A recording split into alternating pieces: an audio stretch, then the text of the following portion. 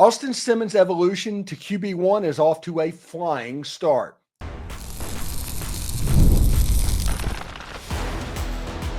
You are Locked On Ole Miss, your daily podcast on the Ole Miss Rebels. Part of the Locked On Podcast Network, your team every day. Welcome to the Locked On Ole Miss Podcast, the most watched Ole Miss podcast out there, hosted by me, Steven Willis, a 10-year veteran member of the national media with Yahoo Sports and a former Ole Miss staff member. On today's episode, we are breaking down the three most important off-season moves that Ole Miss has made this year. At the top of the list, Austin Simmons evolving into that QB1 that Ole Miss fans are hoping for after leading that clutch drive against Georgia. Not only is he shining on the field, his relentless recruiting efforts are driving the Ole Miss success in the transfer portal and high school recruiting, and that's just one of the big wins this offseason. We're free and available on all the podcast apps and on YouTube. Thank you for making Locked On Ole Miss your first listen every day, and a special hello to the insiders and everydayers who make this community so great. And don't forget to find a second listen on the network. Chris Gordy at Locked On SEC or Corey Burton at Locked On Vandy offer fresh perspectives on college football, the SEC, and of course, Ole Miss. So go check them out. Want to give a special birthday shout out to Chris Jocelyn, who just turned the big 5-0 this month. Chris spent 28 years in law enforcement, including 16 years for the UPD, working security for Ole Miss sports. So happy birthday, Chris, to you, man, and I hope you had a very Merry Christmas as well. Today's episode is brought to you by Game Time. Download the Game Time app, create an account, and use code LOCKEDONCollege for $20 off your first purchase. So going into this season, everybody assumes that Ole Miss is going to take a step back. And going off of what last season's expectations were, even though that Ole Miss did not meet them, those expectations were a big key coming into this year. I think this Ole Miss football team personally has a chance to look a lot like Tennessee did this season. I think the defense is going to be fine. I think Ole Miss has weapons all over the field. But the main reason that I have a lot of hope and expectations for the 2025 season is Austin Simmons. And my take is Austin Simmons is becoming QB1 right before our eyes this season. It all started with a drive against Georgia. Him putting that together with several clutch throws, several grown man throws on that drive as well that led Ole Miss down to a touchdown that allowed Ole Miss to get control of that game and eventually dominate it in a game to where Jackson Dart came in, 3 plays on the third one through an interception. Georgia scored a touchdown. They had to work for it, but they scored it. Ole Miss fans have watched that game over and over again with a hurt quarterback down 7-0 that it turns into 40-7 really quick. We've all seen that game. Austin Simmons settling things down and driving the Ole Miss Rebels down the field to score a tying touchdown and eventually take over that football game. That was a major, major key in that game. Austin Simmons for the season, not great numbers. I mean, it's 18 of 31, 248, 2 touchdowns and an interception. How much will he play in the Gator Bowl? I do not know. I personally think he does need to play a role in that game because there are certain questions that you want answered about that Austin Simmons offense while the transfer portal window is still open. This is some free film that you can get on Austin Simmons and those players. But he learned from the best last season in Jackson Dart. Jackson Dart assembled potentially the best football team in Ole Miss football history, talent-wise. Doesn't matter if they went 9-3. This was a very good football team that should have been much better than they were record-wise. Jackson Dart put that together. He's the one that went and got Princely and Mommy Ellen. He's the one that super recruited Walter Nolan. And right now, neither one of those level players are in the transfer portal, but that's not stopping Austin Simmons from trying. Austin Simmons has brought in several tight ends, including one of the biggest signings that Ole Miss has gotten in the transfer portal since Walter Nolan and Caleb Odom. And also in the high school recruiting class, he's doing a heck of a job recruiting that as well. He is everywhere right now recruiting players for Ole Miss. And it's off of one drive, essentially, against the Georgia Bulldogs. And yes, everybody wants to see more, but he is embracing being that QB1. The evolution from a backup and this being Jackson's team, which it was, to him realizing that he needs to be the guy in 2025 and the leadership abilities showing of him, this has been a great offseason win for Austin Simmons and Ole Miss. You're not walking into a situation after the 2022 season to where Jackson Dart and Luke Altmaier are competing for the job, and that goes into the season. Like craziness happens, it goes into the season. You're not going through that. You're not going through a situation like 2023 to where you're not quite sure if Jackson Dart is the guy. So you need to bring in somebody to push him, like Spencer Sanders, that is brought in to take the job from Jackson Dart. That isn't happening right now.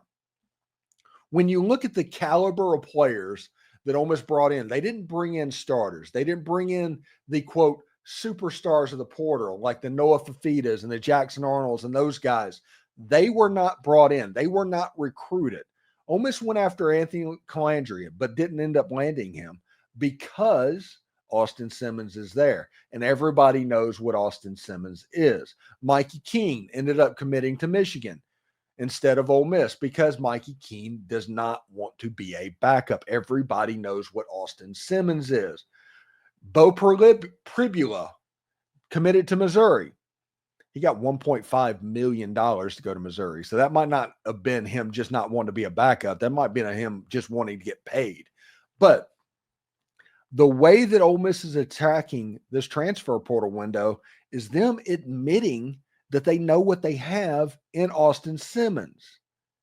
You've got a little bit of proof of concept with Austin against the Georgia Bulldogs, but you do want to see more. One of the things that I want to see in the Gator Bowl, yes, get Jackson the record. I think he's 170 yards away from it. He can do that in the first quarter in that game. And he has had first quarters of over 170 yards. But when he gets that record, I want to see Austin Simmons play football. I want to see which left tackle can move over to the right-hand side and protect Austin's blind side. I want to see what Logan Diggs does running the football. Because if Logan Diggs is serviceable or even just good, I'm not even saying what he was, with a Shakai Mills-Knight, with a Kewan Lacey, your running back room is okay. You probably want another, but Dominic Thomas gets to drop down to the fourth string running back, essentially, that can help you out. Your running back room could be fine if Logan Diggs is serviceable. And we're a year past that ACL injury at this point. And I do say ACLs are an 18-month injury. You can play after 9 or 10 months, but it generally takes 18 months for you to be completely right. So everybody should know that Logan Diggs is not going to look completely right. But is there a little bit of explosiveness there? What does Logan Diggs look like at this point? This, with an Austin Simmons system, is important for that 2025 team. I think Austin is looking at the practices. I think the bowl practices are a huge portion for getting evaluation in a film, because I've always talked about coaches are notoriously slow decision makers. So every little bit of film that you can put on tape is going to be important for them. So we will see. We will see how Austin does moving into the spring. I do not necessarily think the spring transfer portal window is that important. Okay? The way I look at roster building right now in college football, and I think this is the way that, honestly, Lane Kiffin looks at roster building, 95% of it is done in the early signing period and the early transfer portal window. You take lottery tickets in the late signing window in February and in the spring transfer portal window. That's the reason they don't hit. They're lottery tickets. The majority of what you need to do needs to be done by the time the spring semester starts. And Austin Simmons knows that, and he is attacking that, and it is really, really cool to see by this young man. You know, Lane Kiffin landed one of the biggest impact players since Walter Nolan this transfer portal cycle. This isn't about rankings. This is about game-changing versatility. We'll break down how Caleb Odom's unique skill set lets the Rebels run 11 or 12 personnel without substituting, keeping the defense on its heel at full tempo. Do not miss it. You know, the NFL playoffs are almost here, and it's not too late to get in on the regular season action with FanDuel. That is America's #1 sports book, because right now new customers can finish the season strong with $250 in bonus bets if that first $5 bet wins.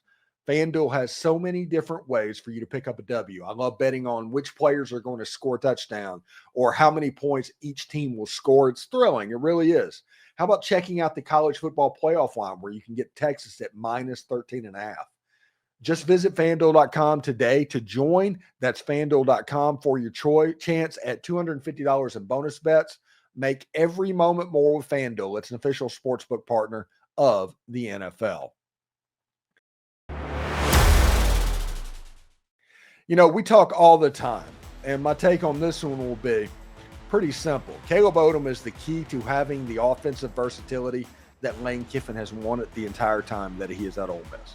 This is a player that's 6'5", 230 pounds, who is essentially a light receiving flex tight end, lining up as a jumbo wide receiver. And Ole Miss is recruiting him and has recruited him as a wide receiver. You know, 6'5", 220 is what he was listening to in and recruiting, but he's going to gain weight, and his athleticism is completely off the charts at Ole Miss this year. So when you look at Caleb Odom as a player, this is what makes me excited. Caleb Odom provides the same skill set that made Georgia such an effective offense with Brock Bowers. And no, I'm not calling Caleb Odom Brock Bowers. I'm saying he has a similar skill set and can do some of the same stuff to a defense that Brock Bowers did.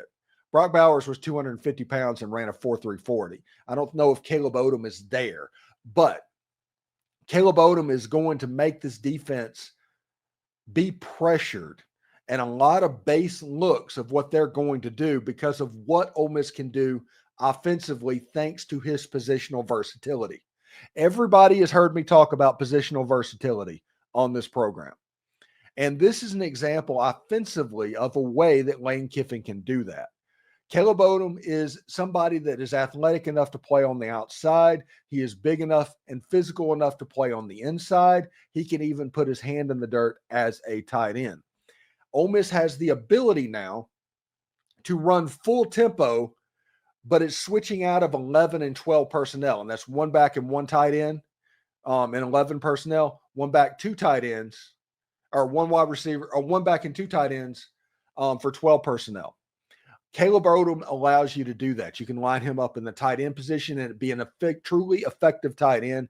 You can line him up in the wide receiver position. It can be a truly effective wide receiver. You can set it up in 11 personnel to where Caden Lee is playing in the slot. You can move him to the outside of the formation. And whenever you get a Caleb Cunningham, when you get a Deshaun Stribling on the outside, you have a lot of size that can help your run game, whether it be Logan Diggs, Shakai Mills-Knight, or Kewan Lacey at running back at that particular moment. All of this helps out Austin Simmons. We talk about how Ole Miss is dominating the transfer portal. A lot of that has to do with the positional versatility that something like this provides. Ole Miss switching in between 10 or 11 and 12 personnel, or 12 and 13 personnel at full speed over the course of the game at the 50-yard line is kind of everything. Think of the ingenuity that Lane Kiffin has offensively as it begins with. Now, picture the fact that you can mess with formations and mess with defenses over and over again because of what Caleb Odom can do. I think Caleb Odom is going to play, and he's going to play a lot. I think he is going to unlock everything. He is that Brock Bowers type wide receiver that's going to unlock other players on the offense at an extremely high level. Whether it be Shakai Mills-Knight, whether it be Logan Diggs, whether it be Luke Haas, or Daquan Wright, or Winston Watkins, or Caleb Cunningham, or Deshaun Stribling, all of these players are there and have a chance to benefit from the fact that Caleb Odom can completely mess with defenses with what he does, where he lines up. It's going to be a situation on defense that teams have to find out where he lines up every single time. It is going to be imperative to find out what he does, because that is going to be the first clue on what Ole Miss is planning on doing. Now, Ole Miss likes to split out tight ends regardless. Even if they're running just base 11 personnel, you can see Caden Prieskorn lined up as an online wide receiver out in the formation. This is going to be different because you don't know exactly what he's doing. Like I said, is Ole Miss in 11 personnel or 12 personnel by the way they're lining up? Is Ole Miss in 11 personnel or 10 personnel by the way they're lining up? Can Ole Miss put two tight ends out there on the outside that can do the blocking with a Winston Watkins or a Caden Lee, and he can become the explosive player that we thought of? Caleb Odom unlocks so many things in this offense. It's not necessarily a talent level. It's not a production level. It's a what he can allow others to do level. Caleb Odom might next year only have 25, 30 catches for 350 yards, real similar to the tight ends this season in the offense. But the offense as a whole will probably be more effective because Caleb Odom is in it. And this isn't saying he's better than Daquan Wright. This isn't saying that he's better than Luke Hawes. I'm saying for this offense, Caleb Odom makes it to where the defense has a trouble zeroing in on what Ole Miss wants to do. Listen, think about this.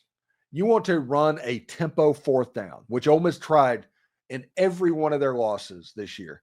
They tried to run a tempo third down where they set up a Jordan Watkins blocking an SEC level defensive end. That's somebody that's 180, 190 pounds, a speed guy, trying his best, but being asked ultimately to do something that he could not do. Now, with Caleb Odom and with the ability to go 11 personnel or 12 personnel at full tempo, all of a sudden that's Caleb Odom that's going inside trying to make that block with about 40 more pounds on him. That is a tight end doing that. Now, is he going to succeed? Not all the time. Is he going to succeed more than a 180-pound guy? Yes, he is. And all of a sudden, those inside zone plays on 4th and 1, Ole Miss is hitting those. That is the difference of what Caleb Odom does in this offense. This is a massive win. Everybody needs to celebrate what Caleb Odom can do offensively for Ole Miss and how Ole Miss can use him. Now, he has to go through spring. He has to go through fall camp. He has to pick up the offense, which I think he will. But I see an offensive version of Suntarine Perkins for Caleb Odom, that he's going to be used all over the field where the formation dictates what he can do. Ole Miss's defense at a lot of times would become problematic for offenses to figure out because they wanted to know where Suntarine Perkins was on the field because of what he could do to players. I think that's going to happen real similarly to Caleb Odom as well. Our final segment, don't forget, Ole Miss has locked in one of the nation's top wide receiver groups in high school recruiting this month. Whether it be Caleb Cunningham, Winston Watkins, Dylan Alford, or Shamari Reed, it could transform the Rebel offense in 2025. Stay tuned for that. You know, there's nothing like the energy of being at a live game, the roar of the crowd, the sound of the sneakers squeaking on the court, and even spotting a few celebrities in the stands. I remember going to an NBA game a few years back, and the electricity in the arena was unforgettable. You can't replicate that from watching from your couch. This year, I'm looking forward to catching more games live, and the Game Time app makes it easier than ever with their new Game Time Picks feature. Whether it's basketball, concerts, or theater, Game Time helps you find the best deals on great seats without the hassles of endless scrolling. I just hopped on the app to check out tickets for an upcoming game, and the Game Time Picks feature made it a breeze to find a super deal on amazing seats. Plus, the app showed me a panoramic seat view so I could pick out the perfect spot. No guesswork, no surprises. And it's not just sports. Game Time also has incredible deals for concerts and comedy shows. I'm planning to grab tickets for a concert next month, and with all in prices, I'll get to see exactly what I'll pay up front. No hidden fees at checkout. What I love most about Game Time is their lowest price guarantee. If you find a better deal, Game Time will credit you 110% of the difference. And with event cancellation protection, your tickets are covered if plans change. It's the most flexible ticketing app I have ever used. You can take the guesswork out of buying tickets. With Game Time Picks, download the Game Time apps, create an account, and use code LOCKEDONCollege for $20 off your first purchase. Again, that's code LOCKEDONCOLLEGE for $20 off your first purchase. Download Game Time today. What time is it? Game time. All right, so we have an interesting situation with high school recruiting making an appearance for Ole Miss as a offseason win. The high school cycle for Ole Miss was one of the highest rated classes that Ole Miss has had since that 2016 class that had A.J. Brown and D.K. Metcalf as a part of it. And a lot of this has to do with the wide receiver unit that was recruited in. This would be the class that Austin Simmons kind of reclassified from. Remember, Austin Simmons reclassified from the 25 class. So somebody like Winston Watkins, somebody like Samari Reed, two Florida wide receivers probably know Austin Simmons pretty well. So looking at the players that are on the field, I don't think that people need to forget that Ole Miss might have signed the best high school recruiting class in the country. When you look at the players, Caleb Cunningham, who was an Under Armour All-American, he's not going down to the game now.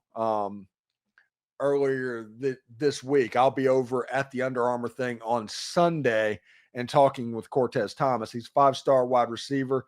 He was in the Mississippi-Alabama All-Star game. Then you have Winston Watkins, Winnie Watkins. He's a four-star player out of Venice High School. He is a prototypical slot wide receiver. He is the nephew, the cousin of Sammy Watkins. He is being recruited as an Elijah Moore type slot player. He is extremely explosive and extremely good. I think you can just see that. I think you will see that this guy has a chance to potentially start this year. He's also an early enrollee. Caleb Cunningham is not because of basketball. Then you have Dylan Alford, the four-star player out of Saraland High School in Alabama. He's originally from Gaucher. He is a guy that Mike Espy is a huge fan of. You see him post on social media all the time about what Dylan Alford can do. He signed with Ole Miss. He is recovering from an injury, and he's recovering well. I saw social media posts just a couple of weeks ago of him running on a treadmill full speed. That is good to know for him. He will be an early enrollee as well. And then you have another wide receiver, Samari Reed. He is a four-star player out of Monarch High School in Florida. He was an honorable mention All-State in 2023. He is a good player as well. These are people that are going to come in, and I think you can count on the fact that they are going to make plays. They're going to do what they need to do. And in the course of the transfer portal and all that, everybody might talk about Deshaun Stribling, who at Oklahoma State last year with a horrible offense, by the way, had 52 catches, 882 yards, and 6 touchdowns. He's coming in. He is built very well. He's that typical Oklahoma State, Ole Miss type wide receiver coming in that is a direct one-for-one replacement for Trey Harris. I'm not saying he'll be Trey Harris. I'm saying he's the replacement for them in that X position. Austin Simmons has done a really good job helping to put this together. Lane Kiffin, Charlie Weiss Jr., those guys have all put on huge things. It's a huge win about what this wide receiver unit could be. You are looking with the Caleb Odom. Okay, let's talk about players that could be here for multiple years. This would be Daquan Wright's senior year. Okay, so we're talking about the 2026 team. Wide receiver, you have an upperclassman of Caden Lee, Winston Watkins, Caleb Cunningham. Aiden Williams will be on campus as well. Dylan Alford, Samari Reed.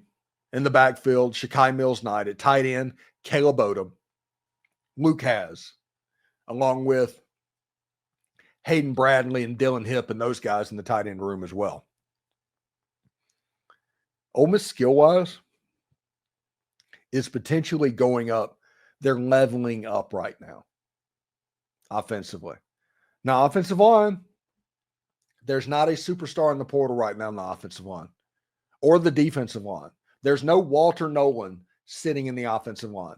There's no Lance Hurd on the offensive line this time through. There's just not. People have the money, thanks to rev share, to kind of have retention on the big name, expensive players on their roster.